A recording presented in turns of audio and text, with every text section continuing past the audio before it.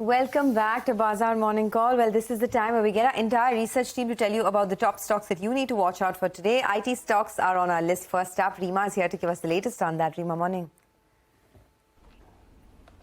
Hi, good morning. We're watching for IT stocks because IT giant Accenture reported their numbers yesterday, and it was a disappointing set of numbers. One, the Q4, this is Q4 FY23 numbers, top line growth came in at 4%, so closer to the lower end of the guidance. Also, the full year guidance for next year, FY24, has missed street expectations. The company is guiding for a 2 to 5% top line growth, which includes a 2% contribution from an acquisition, which they're planning, inorganic. So the organic revenue growth is seen at 0 to 3%. So that's a bit disappointing. Now, Accenture gets its revenues from two buckets. One is outsourcing, which is basically where the Indian IT companies play. And the other one is consulting, which is more discretionary, where Indian IT companies do not have a big presence. So we're going to be focusing in on the outsourcing or managed services revenues, which they talk. Here, revenue growth has fallen on a quarter-on-quarter basis. New bookings are down almost 18% on a year-on-year basis, the steepest decline in since Q3 of FY19,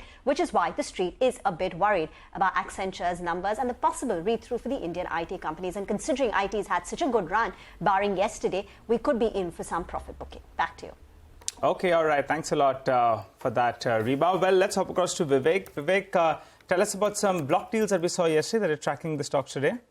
Well, absolutely. Quite a few stocks on the radar on the back of block deals that happened in yesterday's trading session. First on our list is Happiest Mind. Yesterday, the promoter, Ashok Soota, sold a stake worth almost 1% of the total equity, and the value of the stake was over 115 crore rupees. Now, there was a press release yesterday from the promoter himself. He said that his shareholding now has dropped from 51.24% to 50.13%, and he intends to keep that particular stake above 40%. So it will be important to see whether there are any further stake sales that come in from Ashok Soota.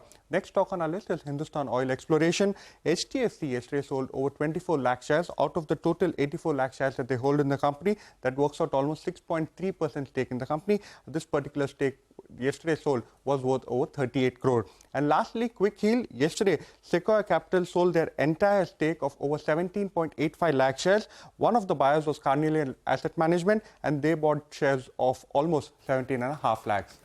All right, thanks a lot for that. Well, the Cholamandalam QIP, the Cholamandalam investment QIP has come through, and Sudarshan broke that story for us. So, Sudarshan, over to you. Yes, that's right. Chola Investment Finance has confirmed our news break, and there are two parts to it. First, the company has launched QIP and going to make an allotment of compulsorily convertible debentures. Floor price as per SEBI formula is at rupees 1200 per share.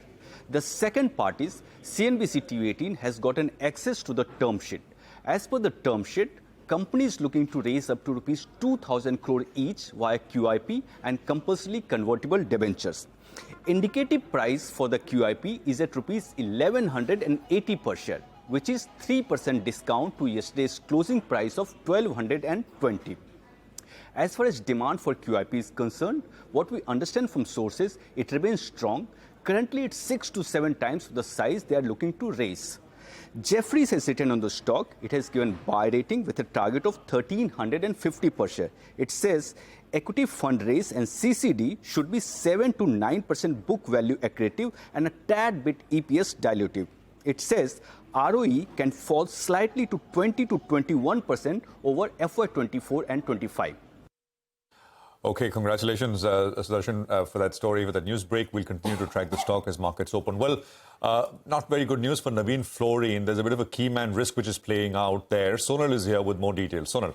Thank you so much for that. Well, the MD of the company, Radesh Welling, he has resigned from the company, and this is with effect from December 15, 2023. In the interim, during the transition, Vishal Mafatlal will steer the operations of the company. Now, Mr. Welling, he joined the company back in 2018, and this will come as a negative because company has seen substantial growth since the time he joined.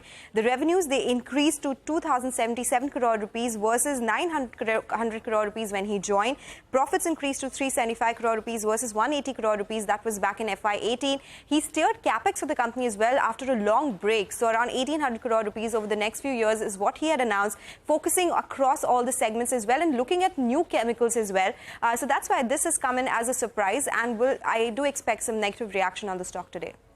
Okay, all right. Thanks a lot for that, Sonal. So that stock will be under some pressure. Mangalam joins us to tell us about Emami. Mangalam? Well, Emami's gone ahead and acquired 26% stake in a company called Axiom Ayurveda. Axiom Ayurveda basically sells healthy juices. 85% of their sales coming from this brand called Aloe Fruit, and the rest coming from some other herbal juices as well. They've acquired 26% for an undisclosed sum. But just to give you a perspective, Axiom's last year revenues were close to around 130 odd crores. Importantly, they also have 160 crore capex planned up. So, it will be an important, a significant amount for Emami, but not a very big one. We'll keep an eye out on what they do with the remainder stake, which remains with the promoters of Axiom. This is a category that enjoys about 60% plus sort of gross margins, so this should be accretive for them. The question is how much Emami can scale it up. In the past, they have been very acquisitive. They've gone ahead and acquired Dermicool recently, the Man Company, Kesh King, and Zandu as well. Okay, thanks a lot for that. So Emami in focus, but MCX shareholders are definitely going to get a lot of heartburn after the back and forth that has happened. Remember earlier we had told you that MCX will go live on the new technology platform from the 3rd of October, but now it seems like that's not going to happen. Surbhi joins in to give us more. Surbhi, over to you. Thanks so much for that. So it looks like the tech transition is going to be delayed. Now, SEBI has advised the company to keep the proposed platform in abeyance. Exchange will continue to conduct mock sessions pending further directions from SEBI. Now, this has come about because the Chennai Financial Markets and Accountability has filed a petition before the Madras High Court, and that petition it mentions some technical issues on the platform, and this will be discussed further in the SEBI Tech Advisory Committee. But for now, looks like the tech transition will be delayed and the stock could be in the red today. All right. Thanks very much, Surbhi, for that. MCX is something we'll continue to focus on. That's going to be a big one when markets open. More stocks with news flow. Ekta is here with that list. Ekta, good morning. Thanks for that. Well, I'll start with Sun Pharma. I'm watching that particular stock because they've acquired a balanced 25% in the outstanding shares of their Mexican subsidiary. So now it'll become a wholly owned subsidiary. They already own 75%. Now it is a deal which is around 78 crores. It turns out to be around a little under $9.5 million. It is $161.8 million in terms of Mexican dollars. Now, separately, Piramal Pharma would be in focus because the US FDA has concluded an inspection of one of their US facilities. They've issued a Form 483 with 2 observations. They've said that it is not related to data integrity. So maybe there could be just a little bit of a sentiment read indicating that, what these observations might be, though Piramal Pharma has had an extremely good track record when it comes to the US FDA. So these are the 2 stocks I'm tracking. Sun Pharma probably in the green, and Piramal Pharma could maybe see a little bit of red. All right, thanks a lot, Ekta, for that. Here's a quick recap of our top stocks. Stocks with positive news flow. There's HOEC, Quick Heal, Chola Investment, Emami, and Sun Pharma. While stocks with negative news flow, there's IT stocks, Happiest Mind Tech, Navin Fluorine, MCX, and Piramal Pharma. But Sudarshan is back with us to tell us about the brokerage notes that you can focus on for the trading day. Sudarshan, over to you. In the brokerage corner, there are 2 stocks that are going to be in focus. First one is UPL. HSBC has written on the company giving buy call and a target of 775 per share. It says Brazilian forecaster expects a favorable soybean season in 2023 and 24, and this season should support demand for pesticides. Also, HSBC believes balance sheet of the company remains protected. CLSA has written on Maruti. It maintains sell call, but the target is raised to 9,417 per share. It says momentum is unlikely to sustain in FY 25-26 as competition scales up its launches. Even EV launches will drag margin of PV OEMs. As per CLSA, extrapolating current level of high margin in FY 25 and 26 is too optimistic. Okay, well, stocks will react, so thanks very much for that. We'll take a quick commercial break here. Siddharth Kemka of Motilal Oswal Financial Services will be with us with some fundamental stock chat. We also will have the management of Rolex Rings, which will talk to us about how business is going and, of course, their outlook for the year ahead. Stay tuned. Both those conversations in just a bit.